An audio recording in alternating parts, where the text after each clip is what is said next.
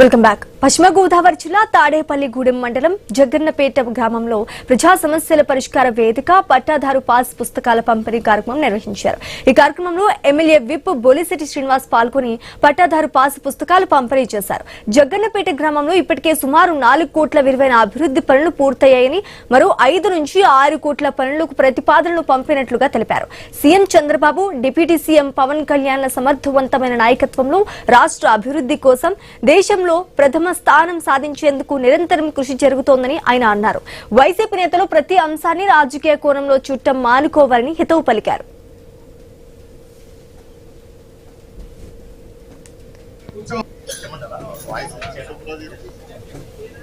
అదేవిధంగా ఈ కార్యక్రమం ఉద్దేశించి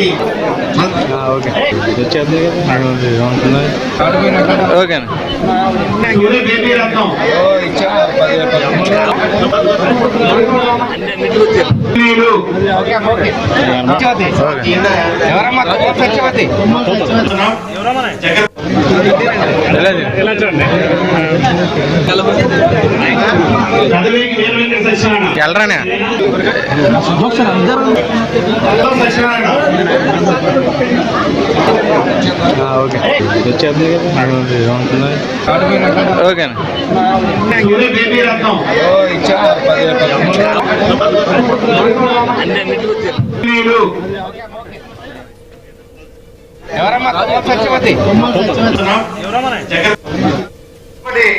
మరి కూటమి ప్రభుత్వాన్ని నడుపుతూ ఉంటే చాలా మంది విమర్శలు చేస్తూ ఉన్నారు.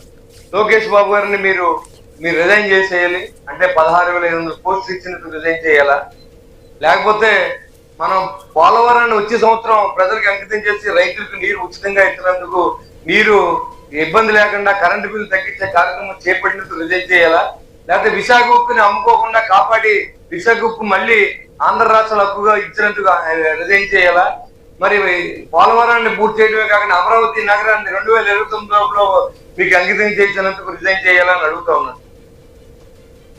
ఇంత కష్టపడి మరి కూటమి ప్రభుత్వాన్ని నడుపుతూ ఉంటే చాలా మంది విమర్శలు చేస్తూ ఉన్నారు.